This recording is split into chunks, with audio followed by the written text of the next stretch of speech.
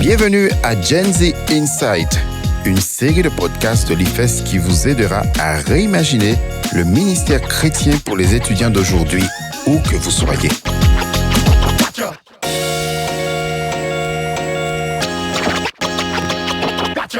Bonjour chers amis et bienvenue. Nous arrivons aujourd'hui à un carrefour sur nos campus et peut-être aussi dans nos cœurs. On dit parfois que la génération Z est sceptique. Et pourtant, dans de nombreux contextes, on observe l'inverse. Une génération spirituellement ouverte. Elle cherche, elle questionne, elle veut du sens. Les étudiants de cette génération ne se disent pas toujours religieux, mais la soif est là. Soif de vérité, d'espérance, de repères. Et très souvent, cette quête se fait en ligne, à travers des podcasts, des vidéos, des témoignages, des discussions. La spiritualité est devenue accessible, à portée de clic. Bienvenue dans l'épisode 4 de Gen Z Insight, réflexion sur la génération Z. Je suis Emmanuel Bagumako, secrétaire régional désigné de l'IFES en Afrique francophone, basé au Burundi, et je suis heureux d'être votre hôte. Dans les épisodes précédents, nous avons parlé de l'immersion numérique, de l'exposition culturelle, puis du souci du bien-être. Aujourd'hui, nous abordons un quatrième axe majeur du rapport de Peter Drey, l'ouverture spirituelle. 3 questions vont guider notre conversation. D'abord, qu'est-ce qui nourrit cette faim spirituelle aujourd'hui? Ensuite, à quoi ressemble cette ouverture selon les contextes? Et surtout, et enfin, comment accompagner des étudiants et des étudiantes de la curiosité spirituelle vers une rencontre réelle avec Jésus-Christ. Comme dans chaque épisode, nous commençons par un éclairage tiré du rapport Gen Z Insight for Global Student Ministry, réflexion sur la génération Z pour le ministère étudiant mondial, basé sur des conversations menées dans plusieurs régions du monde. Le rapport souligne notamment 2 dynamiques fortes. D'abord, la pandémie. Elle a poussé beaucoup de jeunes à se poser des questions existentielles sur la mort, le sens, la vérité, l'avenir. Dans plusieurs pays, on voit même un regain d'intérêt pour Dieu et pour les réalités spirituelles. Ensuite, l'hyperconnectivité. Les jeunes ont aujourd'hui accès à une quantité immense de contenu spirituel. Cela ouvre des portes, mais cela peut aussi encourager une spiritualité à la carte, où l'on mélange, où l'on choisit selon ses préférences. Et là, une tension apparaît. Comment aider à discerner entre préférences personnelles et autorité biblique, tout en respectant le désir d'une foi vécue de manière authentique et personnelle. Le rapport conclut par 3 implications simples pour nos ministères. Premièrement, cette ouverture est une opportunité pour l'Évangile, mais elle demande de présenter clairement la singularité de Jésus.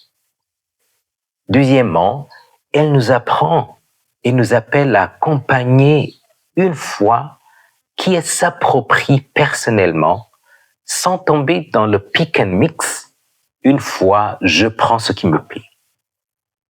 Troisièmement, elle nous invite à aider les nouveaux croyants à vivre l'Évangile avec sagesse au sein de leur famille et de leur culture, parfois dans des contextes où la foi peut créer des tensions.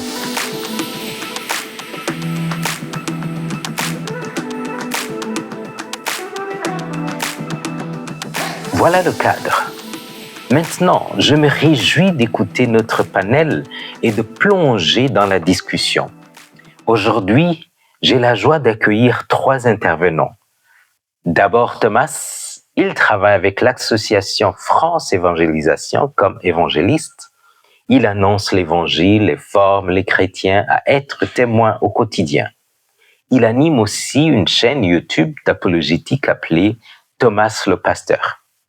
Ensuite, Ansa Morvan, elle est engagée depuis près de 15 ans dans un ministère parmi les étudiants internationaux, d'abord en France, puis aujourd'hui dans la région de l'océan Indien. Elle y travaille au développement d'une initiative appelée Reason, Reach International Students in Every Nation. Et enfin, Abdias Douillon, membre des GBU, étudiant finaliste en marketing et communication à l'université de Ségou au Mali. Il est aussi responsable du groupe biblique local de Ségou. Avec eux, nous allons réfléchir ensemble comment accompagner cette génération spirituellement ouverte avec amour, discernement et une fidélité profonde à Jésus-Christ. Merci beaucoup, chers amis, d'avoir répondu à cette invitation et c'est une joie d'avoir cette conversation avec vous. Et pour commencer, je vais poser une question pour tout le monde et à tour de rôle. On va écouter Ansa, Abdias et Thomas. Vous avez certainement lu le rapport de Peter Drey. Qu'est-ce qui vous a le plus touché dans ce qu'il a partagé sur la génération spirituellement ouverte? C'est le point que nous sommes en train de discuter. Pourquoi cela vous a touché et si vous voulez extrapoler et dire un peu plus, soyez libre. Bonjour à tous. Alors, ce qui m'a le plus touché, moi, c'est la manière dont la période de Covid-19 a été charnière pour beaucoup dans leur questionnement spirituel. Je pense que ça me touche particulièrement parce que j'ai accompagné plusieurs étudiants à ce moment-là et ça me rappelle des moments, des regards, des conversations qui étaient marquées par cette quête de sens, d'amitié réelle, authentique. C'était en fait visible, audible et je dirais même palpable. Quand je me rendais dans les résidences universitaires pour des distributions alimentaires qu'on organisait pour les étudiants internationaux, c'était notre porte d'entrée, c'était d'amener à manger. Et c'est vrai que l'ouverture spirituelle, c'est pas forcément s'ouvrir à Jésus, mais ça peut amener vers Jésus parce qu'il y a une soif de transcendant. Merci beaucoup. Alors moi, quand j'ai lu ça, j'étais à la fois réjoui et inquiet. Réjoui parce que il y a une génération qui est ouverte, donc ça me fait plaisir, moi qui aime bien parler de l'évangile, qui aime bien partager ma foi, ça m'a beaucoup réjoui, mais en même temps aussi inquiet parce que cette ouverture, on pourrait dire, comme le rapport le montre, elle est un peu ouverte à tout. Et il y a dans le rapport, il est question du syncrétisme, c'est-à-dire donc le mélange de différentes spiritualités, vision du monde, manière de faire. Et quelque part, voilà, je trouve que une ouverture spirituelle, c'est positif pour le partage de l'évangile, mais une ouverture spirituelle qui n'est pas comblée par la vérité de l'évangile, c'est aussi quelque chose de dangereux pour moi. Donc voilà, à la fois réjoui et inquiet. Alors inquiet, c'est peut-être un mot fort, mais voilà, avec aussi, on va dire des avertissements, des mises en garde. Voilà. Merci beaucoup. Alors, bonsoir tout le monde. Moi, ce qui m'a touché le plus, ça, c'est l'ouverture spirituelle. Aujourd'hui, de plus en plus, nous voyons, en tout cas nous, moi aussi personnellement, j'en fais partie, nous voyons la foi comme en tout cas quelque chose de très personnel. Et cela dit à un certain nombre de facteurs, et bien sûr que vous connaissez déjà. Il y a également l'arrivée du numérique, des technologies qui également fait partie et tout ça là. Donc, c'est ce qui m'a un peu touché par rapport à ce rapport. Merci. Merci beaucoup. Alors, Thomas, réjoui, inquiet, mais bien que on dose un peu sur le mot inquiet, donc il y a l'ouverture qui est une opportunité, mais en même temps un défi. Comment avez-vous vu la connectivité mondiale de la génération Z et son exposition à des perspectives diverses qui sont comment dire, qui peuvent être des questions qui posent sur la foi, qui façonnent la manière de penser avec votre contact avec les jeunes?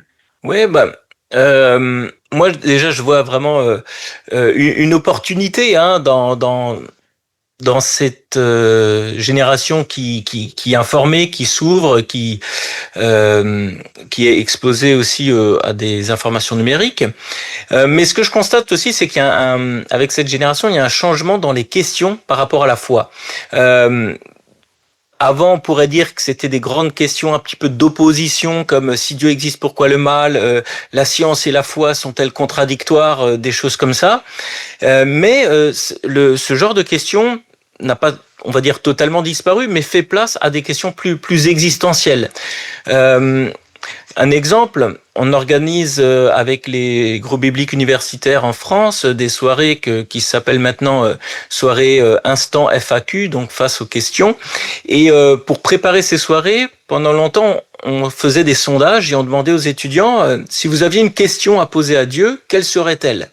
Et les gens, donc, les étudiants avaient souvent une question à poser, des choses qu'ils comprenaient pas par rapport à Dieu. Mais maintenant, quand on pose cette question, ça résonne même plus forcément dans la tête des gens, parce que ils voient pas pourquoi la science et la foi devraient être incompatibles, puisque ils n'ont pas forcément beaucoup de connaissances sur la foi, et donc c'est pas ce genre de questions qui se posent, qui les intéressent.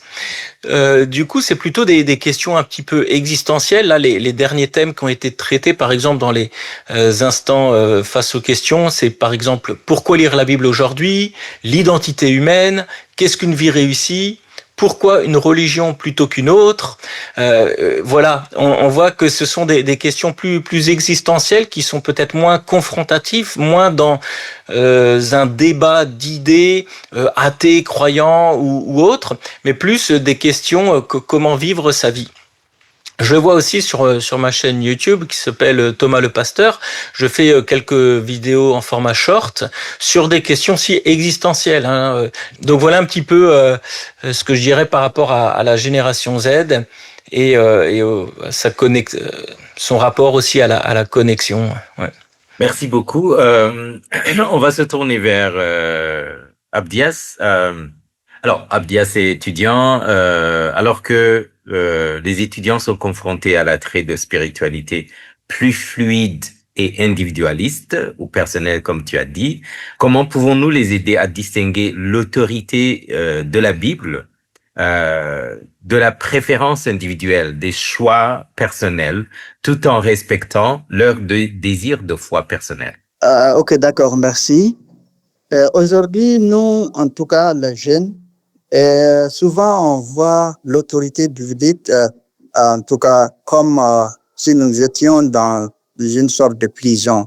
Et aujourd'hui, la génération Z, souvent on réfléchit et nous pensons que la Bible a souvent limite notre réflexion. Nous voulons avoir des réponses à certaines questions et nous pensons que la Bible ne peut pas nous donner ça parce que la Bible nous demande souvent de faire ça, de ne pas faire ça. Alors nous ne comprenons pas pourquoi faire et pourquoi ne pas faire. Donc voilà pourquoi on vit la relation personnelle et on voudrait plutôt avoir une réponse à toutes ces questions. Et c'est ça qui nous permet de voir souvent la Bible comme, en tout cas, comme si nous étions dans une sorte de prison où on ne peut pas pousser notre réflexion dans ce sens-là. Alors, et également, d'autre part, les étudiants regardent la foi d'une façon un peu personnelle et à l'arrivée des réseaux sociaux et tout ce qui y va avec, qui a fait qu'aujourd'hui nous voyons la foi comme en tout cas quelque chose de personnel. Donc moi je pense que garder la foi comme quelque chose de personnel plutôt n'est pas une mauvaise chose, mais nous pouvons pousser notre réflexion à condition de rester dans la parole de Dieu. Je pense que ce qu'il y a lieu de faire, c'est de faire comprendre aux gens que l'autorité biblique n'est pas une sorte de prison. Nous pouvons pousser notre réflexion à condition de rester dans le contexte de la parole de Dieu et à condition de juger en tout cas ce que nous faisons à la lumière de la parole de Dieu. Voilà un peu ce que je vois par rapport à cela. Merci. Merci beaucoup. La question est tellement importante et pertinente que je vais me permettre d'inviter les autres panélistes à faire un commentaire. Et j'ajoute un élément de relativité, surtout avec les réseaux sociaux où il y a plusieurs vérités, si on peut le dire comme ça, et la notion de relativité. Et du coup, comment on va garder, si on veut préserver l'autorité d'une vérité absolue, de la vérité, qui est une personne, mais qui finalement ne va pas vers l'individualisme ou la préférence, mais plutôt un autre groupe, une autre communauté de compréhension. Bon, soyez libres d'aller comme vous voulez, mais est-ce que vous avez un commentaire à faire sur cette question, Anza ou Thomas? Alors oui, moi j'ai un commentaire, c'est que c'est dommage que Jésus n'a pas son profil Facebook, hein, parce que on pourrait lui poser directement la question. Mais non, tout ça pour dire que les étudiants que j'ai rencontrés, là je parle plus d'expérience de terrain, la Gen Z comme on l'appelle, ce sont des gens qui cherchent l'authenticité. Et l'authenticité ne relativise pas. Soit on est authentique, soit on ne l'est pas. C'est pas relativement authentique. Et Jésus, lui, bien qu'il n'ait pas de profil Facebook, en fait, est parfaitement authentique parce que c'est la vérité. Et comme tu as dit tout à l'heure, c'est à la recherche de la personne véritable, la vérité incarnée, Jésus, qui n'est pas une prison, dont la parole n'est pas une prison, mais qui est la vérité qui libère. Et ça, je pense que pour l'amener, il faut à la fois la parole écrite, il va falloir la parole incarnée. Et avec tous les scandales qu'on voit à droite à gauche et les réseaux sociaux amplifiant le phénomène,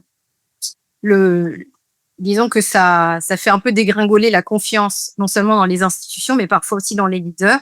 Mais Jésus n'est pas comme ça. Et ça, en fait, au sein des GBU, on a besoin de personnes qui travaillent, voilà, tous ceux qui forment les GBU, qui travaillent à cette communauté authentique, qui vit dans l'amour de la parole de Dieu et qui se laisse finalement, qui laisse les plus jeunes rentrer dans leur vie, dans leur vulnérabilité, pour qu'ils voient en fait ce que c'est, qui est Jésus et comment Jésus libère réellement. Oui, Thomas. Oui, super. Ben, c'est vrai qu'il faut respecter la liberté des personnes. Hein. Les personnes sont libres de croire ce qu'elles veulent. Par contre, toutes les opinions ne se valent pas à la lumière du texte de la Bible. On peut les évaluer. Alors, c'est important de redonner du poids à la Bible. Et je donnerai quelques pistes. Déjà, il faut aussi expliquer le contenu de la Bible et les doctrines. Peut-être certains les rejettent ou n'y adhèrent pas parce qu'elles ne sont pas assez expliquées et défendues par rapport à d'autres idées. Voilà, toutes les opinions ne se valent pas, donc il faudra pouvoir défendre les opinions que l'on pense les plus proches de l'autorité biblique. Je dirais aussi, ce qui pourrait jouer et aider, c'est l'ancrage historique dans toute l'histoire de l'Église des enseignements bibliques. Tu parlais tout à l'heure, est-ce que c'est le colonialisme, est-ce que c'est le panafricanisme, etc. Je dirais, non, l'essentiel des doctrines bibliques ont été figées avant le colonialisme, même en Afrique du Nord, qui était une grande terre chrétienne, les conciles de Carthage, par exemple, l'héritage de Saint-Augustin. Et je pense que revenir à ces sources-là est intéressant pour dire c'est pas quelque chose là de nouveau. Je te demande pas de croire une idée nouvelle, mais de t'inscrire dans une histoire qui te dépasse. Et donc c'est pas à moi d'inventer la théologie, c'est à moi finalement de puiser dans toute cette histoire et je pense que ça peut donner un petit peu de poids aussi. Même s'il faut pas idéaliser non plus l'histoire et l'histoire de l'Église, elle n'est pas faite que de belles choses, mais c'est intéressant. Et je pense aussi, pour redonner du poids à la Bible, non seulement essayer de montrer sa vérité, mais aussi sa beauté et sa bonté. C'est beau et c'est bon de se soumettre à l'autorité de Dieu révélée dans la Bible, et on peut aussi le souligner. C'est vrai que peut-être ça peut faire peur de se mettre sous une autorité, parce que on n'aime pas beaucoup, on aime beaucoup être libre, etc. Ça, c'est le propre de l'humanité. Mais quand on reconnaît que cette autorité est un bon guide, est un beau guide pour notre vie, cela peut nous aider. Merci beaucoup. C'était intéressant. Les changements, la volonté de la génération Z de changer d'avis, positivement ou négativement. Est-ce que vous avez des exemples? Est-ce que vous avez eu une expérience de ce genre de situation? Et comment c'était, si vous pouvez décrire un peu, Anza, dans votre expérience avec les étudiants internationaux ou même Duyon, qui est actuellement à l'université, peut être en train de vivre ces expériences? Oui, alors je pense à un étudiant que j'ai interviewé il y a pas très longtemps, qui vient du Moyen-Orient. Il s'appelle Ismaël. Il était d'arrière-plan musulman. Et en fait, à un moment donné, il sombre dans une dépression. Alors, il arrive dans cette dépression parce qu'il est nouveau en France. Il y a tous les défis, il se retrouve tout seul et il veut absolument faire partie d'un groupe, en fait. Et dans sa soif de groupe, il va suivre les mauvaises personnes. Donc, il va sombrer dans la drogue. Et ça, pour moi, c'est déjà un premier changement d'avis parce qu'il vient d'un arrière-plan musulman. Il sait très bien que la drogue, c'est pas très positif. Il finit par une dépression, par sombrer dans la dépression parce qu'il a plus d'argent. La drogue, ça coûte cher. Parce qu'il n'arrive pas à aller à ses cours. Parce que la drogue, ça t'endort, ça te fatigue. Hein. Tu n'arrives pas à te lever pour aller à tes cours. Et donc, il abandonne. Alors même que ses parents mettent des milliers d'euros à l'envoi du premier fils à l'étranger. Et à ce moment-là, en fait, une famille chrétienne qu'il avait rencontrée un peu plus tôt prie pour lui. Et cette famille ne savait pas qu'il était dans la dépression. Mais il va voir cette famille, dit je vais vraiment mal, ça va pas du tout. Et donc cette famille lui propose de prier. En tant que musulman, prier Jésus, c'est pas c'est peut-être pas la meilleure chose à faire. Et même s'il se définit pas musulman pratiquant, ça reste une forme d'identité pour lui. Et donc il accepte. Et c'est dans cette prière-là que Christ, en fait, se manifeste à lui. La vérité de Jésus, la bonté de Jésus, la beauté de Jésus, la vérité de l'évangile. Et de fil en aiguille, en fait, il vient à connaître le Seigneur et il se repent. Et là encore, je dirais, il change d'avis. Parce que être né musulman et en fait venir à se soumettre à Jésus comme Seigneur et Sauveur, c'est peut-être le plus grand. Elle est d'ailleurs c'est un merveilleux changement d'avis qu'il a vécu. Mais on voit que c'est une personne individuelle qui est prête en fait à modifier ses avis sur ses valeurs du passé, sa famille, sa loyauté envers sa communauté. Et ça m'a marqué parce que dans le ministère, j'ai vu cette évolution d'autant plus forte dernièrement justement que cette génération qui est prête à tout mettre en fait. Je vais pas dire tout balance en l'air, mais quelque part, c'est pas très grave. Allez hop, c'est mon choix, c'est ma foi, c'est ma vie. C'est pas celle de personne d'autre. Merci beaucoup. C'est très intéressant, comme on l'a dit depuis le début. Il y a ce genre de fluidité. Et comme Thomas l'avait dit, les questions ne sont plus assez confrontationnelles. C'est comme s'il y a une certaine ouverture de passer d'une chose à une autre. Mais pour aller vers la fin, et peut-être pour tout le monde, et je vais commencer par Abdias, lorsque les étudiants qui proviennent de cultures communautaires. Et je commence par Abdias parce que en Afrique, c'est quand même assez accentué, la culture communautaire. Lorsque les étudiants qui proviennent de ce genre de communauté deviennent chrétiens, comment pouvons-nous équiper les nouveaux croyants pour honorer leur famille, ce qui est très, très important, et leur culture tout en restant fidèles à l'évangile? D'accord, merci. Je pense que la première quand même des choses à faire, c'est de leur enseigner la parole de Dieu, parce que la parole de Dieu nous demande d'honorer nos pères et en tout cas les mères. Ça, c'est une portion de la parole de Dieu. Et à titre exemplaire, moi, j'ai un ami, et depuis bas âge, on était amis, qui, après que je lui ai parlé de Jésus, a décidé de donner sa vie à Jésus-Christ. Et par la suite, il a été en tout cas rejeté par sa femme. Mais on a continué dans la prière et puis il a continué à montrer en tout cas ce respect envers ses parents et il était l'enfant le plus respectueux de sa famille après sa conversion et on le voyait, tous ses faits et gestes, il en tout cas faisait la différence entre lui et en tout cas les autres enfants de la famille. Donc c'est ce qui a fait que après, son papa même lui a appelé pour lui dire, ah non, je vois des changements, en tout cas dans ta vie. Et je sais que le chemin dans lequel tu es est prêt, mais je ne peux pas, parce que son papa déjà, il avait un niveau très élevé dans l'islam, hein, on va dire ça comme ça. Il avait un poste, en tout cas important dans l'islam.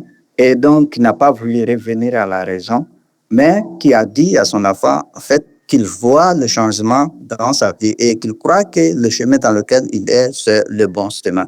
Donc, je pense que la première des choses, c'est de leur enseigner et de leur dire que quand ils deviennent chrétiens, en tout cas, c'est pas comme si ils sont en train de renier ou bien de rejeter leur famille. Il y a des choses, quand on parle dans en tout cas, communauté, il y a des valeurs qui ne vont pas à l'encontre de la parole de Dieu. On peut être chrétien et en tout cas sur certaines de nos valeurs parce que nous aussi nous avons des coutumes, nous avons des valeurs qui ne vont pas toujours à l'encontre de la parole de Dieu. Donc ces valeurs, nous pouvons les suivre étant chrétiens. Et dans la famille, si nous devenons chrétiens, c'est pas comme si on dit non aux membres de la famille qui ne sont pas chrétiens. Par contre, au contraire, plutôt, nous devenons l'enfant le plus respecté, nous montrons l'exemple et nous montrons aux autres qui nous sommes aujourd'hui et à quel point nous sommes transformés par la parole de Dieu. Merci, c'est ce qu'il y avait à nous. Merci beaucoup, Abdias. C'est super, merci beaucoup, Abdias.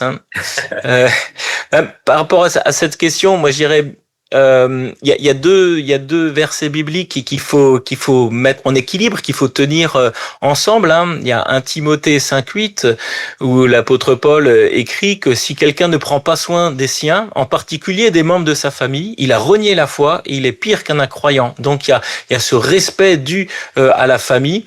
Et puis il y a aussi ces paroles de Jésus-Christ lui-même en Luc 14:26 qui nous dit qu'il faut être prêt à préférer Jésus-Christ, même à sa famille, même à sa propre vie. Et donc, je pense qu'il faut maintenir ensemble ces deux vérités. Et je dirais donc que l'étudiant qui est dans cette situation-là doit aimer et honorer sa famille le plus possible jusqu'au moment où finalement ça rentrerait en contradiction avec le fait de suivre Christ.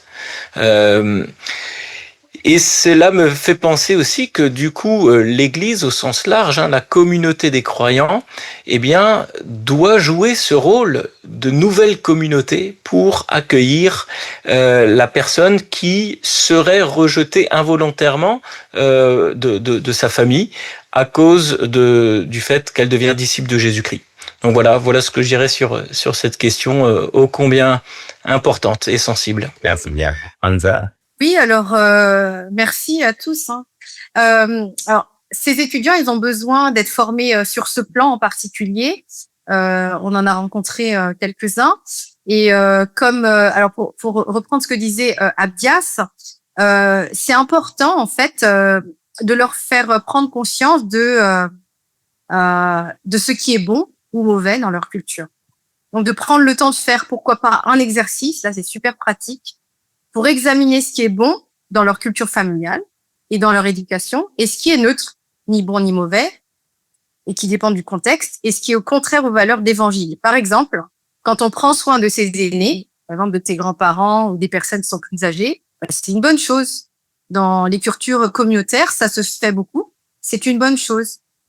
Conserver la propriété et les biens terrestres de la famille, par exemple, vous avez un terrain, c'est ni bon ni mauvais. Après, il faut voir qu'est-ce qu'il y a derrière. Et puis, c'est neutre généralement. Et puis, par contre, rendre un culte aux ancêtres, par exemple, comme dans mon pays d'origine à Madagascar, et ça se pose quand on se tourne vers Jésus. Alors, je sais pas ça, parce que c'est en fait renier le Christ que de rendre un culte à ses ancêtres.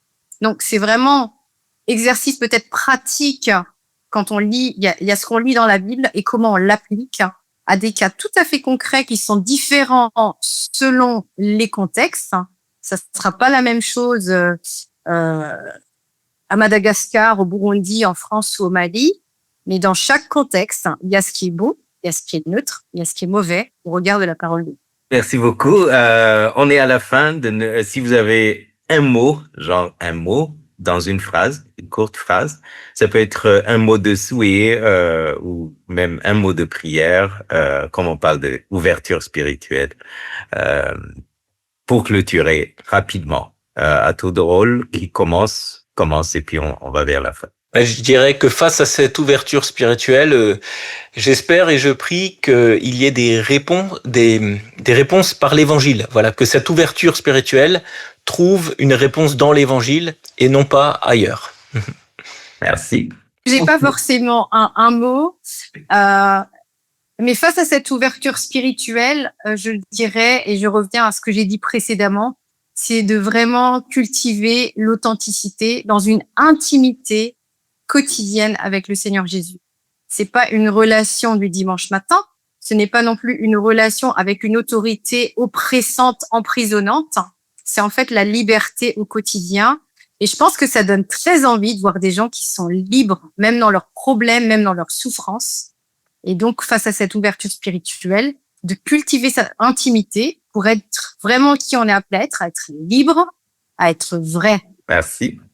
Audias? En tout cas, je prie que face à ce problème, quand même, nos groupes puissent avoir des équipements nécessaires, que le Seigneur nous équipe, en tout cas, afin que nous puissions y répondre à ces questions, parce qu'aujourd'hui, le monde évolue et l'évangile également. L'évangile ne change pas, mais la façon d'aborder, souvent, ça évolue. Donc, je prie afin que le Seigneur nous équipe, afin que nous puissions mieux répondre, en tout cas, aux questions des membres de la Génération Z. Merci beaucoup à tous. Donc, ouverture spirituelle qui nous dirige vers l'évangile qui nous rend libres de vivre l'authenticité et équipés pour servir le Seigneur. Que Dieu vous bénisse, mes amis. Merci beaucoup.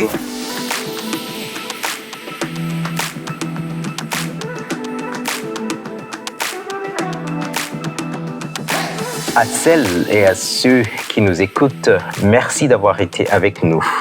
Si vous souhaitez approfondir ce thème et réfléchir à ce qu'il signifie dans votre contexte, nous avons des ressources pour vous accompagner. Rendez-vous sur notre site ifesworld.org dans la rubrique Gen Z Insight, réflexion sur la génération Z. Vous y trouverez le rapport de Peter Dray, des pistes de réflexion et des ressources pour l'étude biblique, ainsi que d'autres contenus partagés par notre communauté et au-delà. Et si vous avez apprécié cet épisode, pensez à vous abonner sur votre plateforme de podcast préférée pour ne rien manquer des prochains contenus. À très bientôt.